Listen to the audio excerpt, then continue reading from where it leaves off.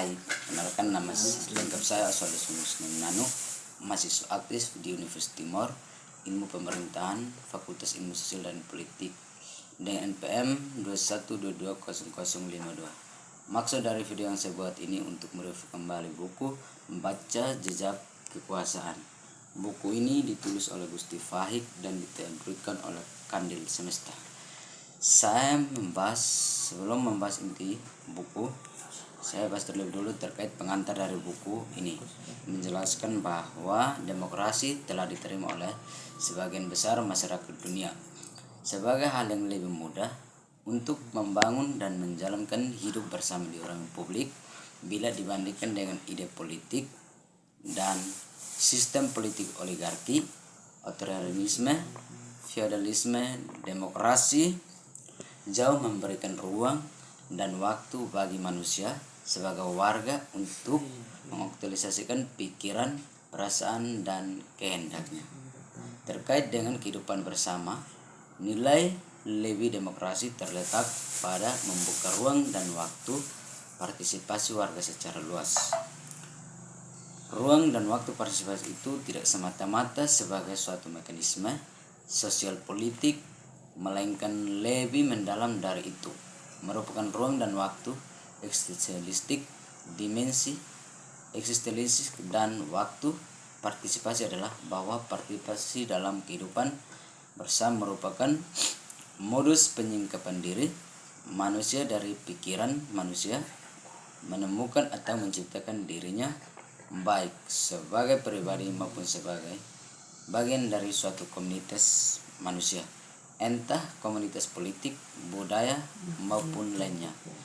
Filosofi Yunani kuno, klasik Aristoteles, bahkan menyatakan bahwa praksis, yakni partisipasi manusia dalam ruang publik atau kehidupan bersama dalam masyarakat, merupakan puncak dari diri sosial manusia. Tetapi praktis tidak berdiri sendiri, melainkan bersaing dengan kompletatif, yakni aktivitas memberikan realitas secara mendalam. Melalui sikap kompletatif, manusia memikirkan secara mendalam hakikat dan alasan adanya raison d'être manusia sebagai warga negara, kemasyarakatan, dan hal lain yang terkait langsung dengan kehidupan bersama. Baik, sekarang saya masuk bahasan tentang politik dan sosial lingkungan, di mana dua topik ini akan menjadi pokok pembahasan inti pembahasan setelah Ken Arok memimpin dengan menyimpulkan seluruh kesalahan pada Kebo Ijo. Untuk pertama kalinya, Ken Dedes membiarkan air matanya berlinang. Ia menangis bukan lantaran kehilangan Tunggul Ametung, ayah dari anak yang sedang ia kandung, tapi dia sedang menangis kekuasaannya sebagai permaisuri Tumapel yang kini sudah tidak lagi utuh. Ken Arok ternyata bukan miliknya seorang wanita yang jika sedang mengandung anak. Ken Arok bahkan meski tidak pernah mencintai Tunggul Ametung, ia menikmati kekuasaan yang diberikan kepadanya sebagai istri seorang Akuyu di Tumapel. Malah ia menjalankan kekuasaan itu lebih baik dari sang Aku sendiri, sebab ia berpengetahuan yang diturunkan ayahnya, Empu Parwa. Dengan pengetahuan itu, diam-diam ia menjalin kerjasama dengan Ken Arok untuk memusnahkan Tunggul Ametung. Bagi Ken Dedes yang merasa telah turut berjasa dalam keberhasilan Ken Arok menyingkirkan Tunggul Ametung, kehadiran Ken Umang kekuasaan dipertahankan dengan memanfaatkan segala perangkat termasuk militer dan partai politik. Sementara itu, Bung Karno merujuk kepada Soekarno, presiden pertama Indonesia. Soekarno memainkan peran kunci dasar perjuangan kemerdekaan Indonesia dari penjajahan Belanda. Ia adalah pemimpin konsistensi yang memimpin pergerakan nasionalis Indonesia dan kemudian menjadi presiden pertama setelah kemerdekaan pada tahun 1945. Dan mungkin kita masih ingat bahwa Bung Karno terasing dari rakyat setelah Soeharto memulai era baru lewat peristiwa berdarah tahun 1965. Bung Karno yang bukan lain adalah penyambung lidah rakyat, pemimpin besar revolusi dan Bapak bangsa Indonesia, telah menyingkir agar muluslah jalan bagi harinya kekuatan baru yang digadang-gadang akan membawa negara ini mencapai kemakmuran lahir dan batin. Bung Karno tidak sendiri. Ia ditemani oleh hampir setengah juta rakyat yang dibantai dan dihilangkan nyawanya sebagai tumbal sebuah era yang baru. Sebuah era yang baru dimulai. Bung Karno telah menjelma menjadi mitos tentang kepemimpinan sejati yang saban hari malu-malu dijadikan rujukan oleh para kontestan pemilihan kepala negara. Maka mengenang Juni sebagai bulan kelahiran Bung Karno adalah mengenang berjuta rakyat selama sekian tahun tersisa oleh gerak maju sejarah. Sebab sejarah ditakdirkan untuk ditulis oleh para pemenang, bukan yang kalah. Karena yang kalah dalam sejarah kepunyaan para pemenang bukan yang kalah. Mereka adalah mereka yang salah memahami kemauan sejarah. Sebab yang dikehendaki kekuasaan itulah yang tidak dikehendaki sejarah. Demikian logika para pemenang. Masuk bagian kedua, mengontrol kinerja DPR. Pada penelitian Forum Masyarakat Peduli Parlemen Indonesia atau Formapi tahun 2014 yang diliput oleh koran Tempo menyangkut kinerja anggota DPR RI hasil pemilihan tahun 2019, menunjukkan data yang sungguh memprihatinkan, di mana sebanyak 519 dari 560 anggota DPR yang dinilai 318 atau 61,3% memperoleh nilai sangat buruk. 117,2,5% diberi nilai buruk. Ini pun cukup mendapatkan nilai baik dan hanya 0,8 yang memperoleh nilai sangat baik.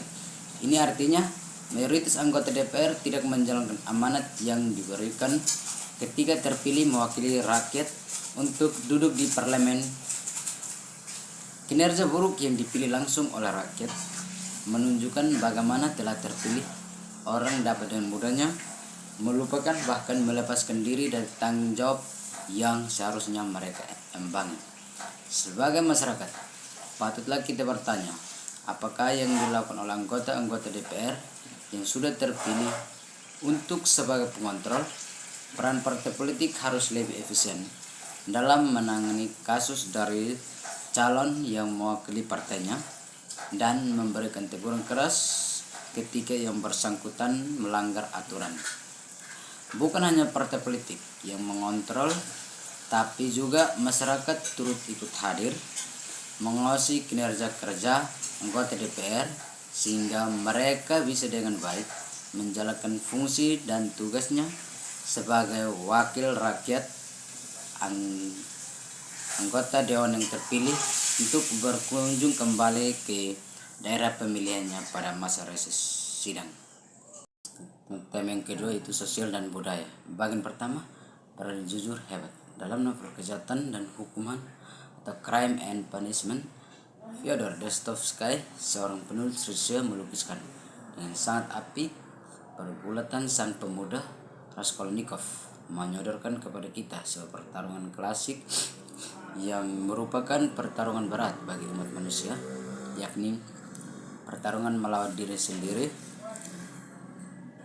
Persoalannya bukan pada pilihan untuk melakukan atau tidak melakukan sesuatu, tapi kejujuran mengakui dan keberanian menerima tanggung jawab atas pilihan itu.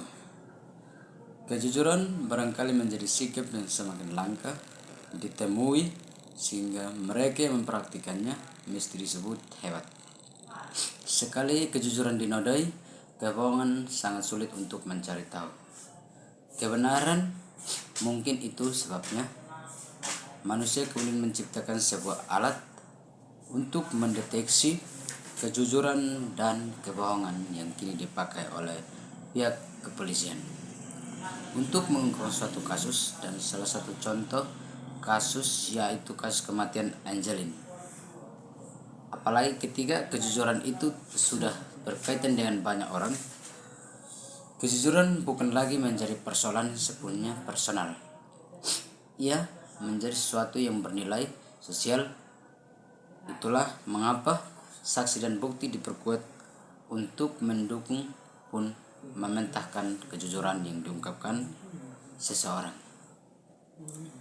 Dalam kasus Raskolnikov yang dengan sadis membunuh dua wanita bersaudara, Aliona dan Lisaveta Ivanovna, menggambarkan kepada kita bagaimana nilai kejujuran itu harus ada dalam diri kita sendiri tanpa harus melibatkan orang lain. Nilai kejujuran lebih penting dari sebuah tindakan, sehingga tidak semua orang bisa melakukannya. Untuk itu, marilah di akhir kata ini saya mau menyampaikan sebuah pesan kepada kita semua. Kau bisa lari dari kesalahanmu, tapi tidak dari penyesalanmu. Kau bisa bermain dengan dramamu, tapi tidak dengan karmamu. Sekian dan terima kasih.